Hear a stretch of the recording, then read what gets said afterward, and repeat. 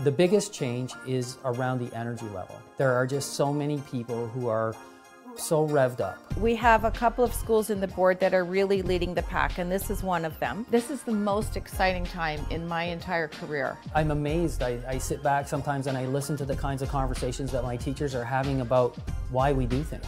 Is that really what's best for students, or is that really what's most convenient for us? If we know what's powerful about student learning, where are the ways that we can infuse technology to really get students connected so they can learn from each other, not just in class, but 24/7. The way I've been describing it lately is I think we had a perfect storm here. It's like the power went down for a little bit, and then once it came back on, we went right back to where we were.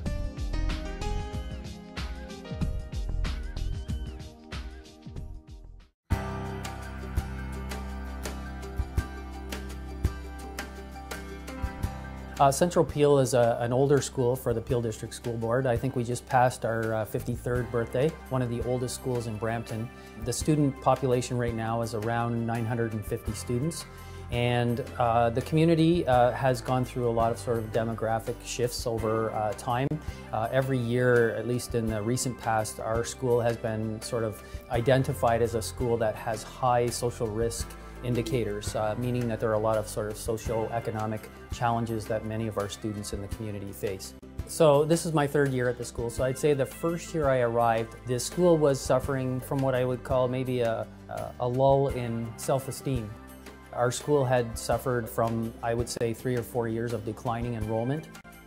Student achievement EQAO scores had all been on a declining trend over the previous sort of 3 or 4 years.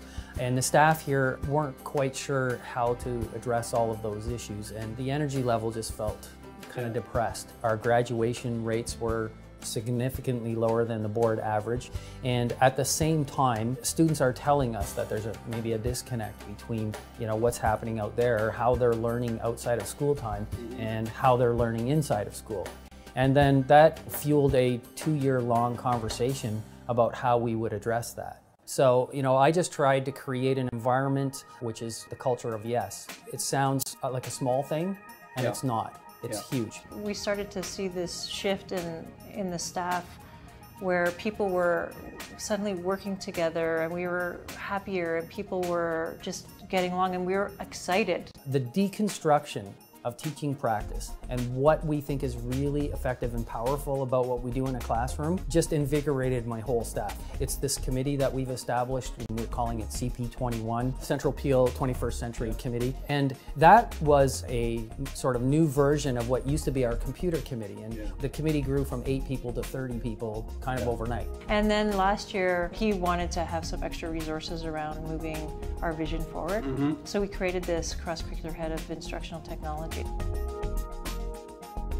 We had some assemblies with students to unveil, I guess, the new framework, and to let them know, to be very transparent with our program and what we're trying to accomplish. For years, we had been telling students, you cannot bring your devices, put them away, we don't want to see them, we don't want to talk about it. And we had a student assembly where the first thing I said to the students was, bring out your cell phones. Let's see what we can do with them. I think technology is fantastic because it allows students to do so much more than what they were able to do in the past. And I'm not talking about just typing up their essays. They can collaborate with each other or with students in different countries. They can create things that we've never been able to create before. They can get information anytime, anywhere. So technology is beautiful because it allows them to do so much. I have a lot more options now with the different types of technology with an LCD projector. It was only a few years ago we were still using overheads in some schools. So it has been a lot nicer. And then with the power of internet, we now have Wi-Fi, we have access to everything, even the textbooks. You can ask them, we don't use a textbook anymore in this class. We use all online resources. Students have become a lot more independent in online community. And I think that has really empowered students. Not only do you learn in class, like with the flipped classrooms, you go home and watch your videos and come to school, and that way you could do your homework and ask for extra help, and you actually understand what you're learning. And it's the good thing about it too is that it's the interaction between the students and the teachers as well. Is that you see more students paying attention in class. You see more students wanting to learn more. Well, I personally feel like it's easier now because I remember back in grade 9 and back in grade 10, So if we had a test, we pretty much had to study from the book. And for example, in this class, we get to go online and see videos to get better at certain things that we don't like or we're not good at. What we're seeing is increased student engagement. I'm thinking of one teacher in particular, and she's found that never before would they be seeking remediation so they could get a perfect mark. Yeah. And why is this? Yeah. Well, it's because the way she structures her lessons are more game-like. And so if they don't get a perfect score, if they get a 7 out of 10, that's not good enough. And how do you know as a teacher whether students are progressing, let's say? I have seen some increases in marks, doing progressively better. More engaged students, especially online, doing mastery tests and that sort of thing with instant feedback. Each year we've increased the number of labs, which tells me they're capable of handling more labs and less content. So my role has changed drastically from, I think, since 2 years. Before that it was all talking and lecturing. Now it has changed to now I'm not anymore like sage on the stage, so I'm facilitating them, I'm guiding them, and it's good because I can differentiate my instruction also, and I can give more one-on-one attention. I think my role is to provide opportunities and tools for these guys to learn at their own pace. That's one of the reasons I like the flipped classroom, because I find they can pause the video, they can watch it again. Every day I can come and see what all the students are up to. I know where they're at in their learning, whereas before I had to wait till the assessment.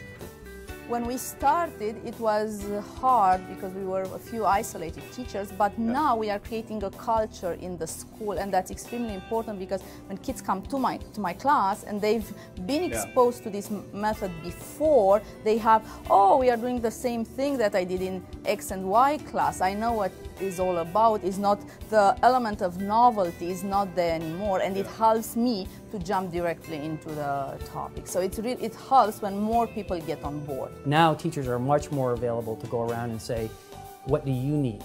Certainly at the school level, I'm trying to facilitate or empower the teachers to decide what is most important about their teaching practice and how can I build a structure or a support system around what they're doing. We have invited other schools to come in and to have a dialogue with them about what they're using, what we're doing, what can we learn from each other. I use Twitter now extensively, both my own personal account, and we now have a school Twitter account. It's not about using the gadget per se, but it's about, am I connecting? The power of collaboration isn't just about sharing knowledge, it's about building relationships. And now we're seeing just a tremendous amount of relationships, professional relationships built between teachers who can share that professional expertise. We were feeling more in a box before. Now it's creative. We are asking people to be creative. We are asking them to think outside the box. And I think Lawrence has done a great deal to bring his staff along, raise awareness around the power of technology, and someone who thinks outside the box is not afraid to really explore and put this school on the map. Where we were with the graduation rate has already improved. The 2012 rate was already higher than the 2011 number. So we've already started to move back in that direction. But part of this is going to have to be our sort of belief in the direction that we have, because we know we're hearing it from the students that they're more engaged. I've learned an enormous amount through the conversation in the last 2 years with my staff about teaching and learning. And through this conversation, which started about computers and what do they mean in school, ended up flourishing into this huge conversation about what teaching and learning should be. And the journey that the teachers embarked upon has just totally reinvigorated them.